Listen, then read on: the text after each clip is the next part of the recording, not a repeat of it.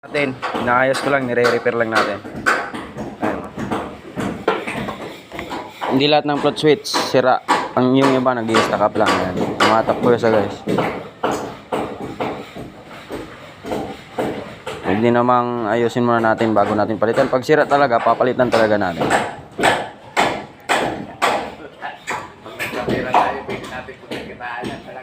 Ayan guys.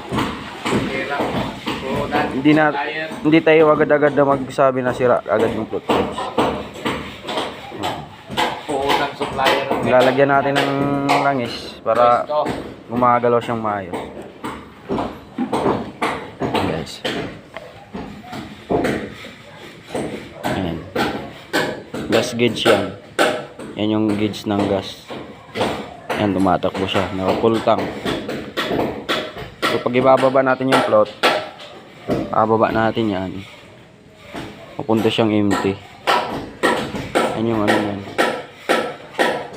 Okay guys, see you soon. Maandar na pala to, hindi ko lang kayo na-update.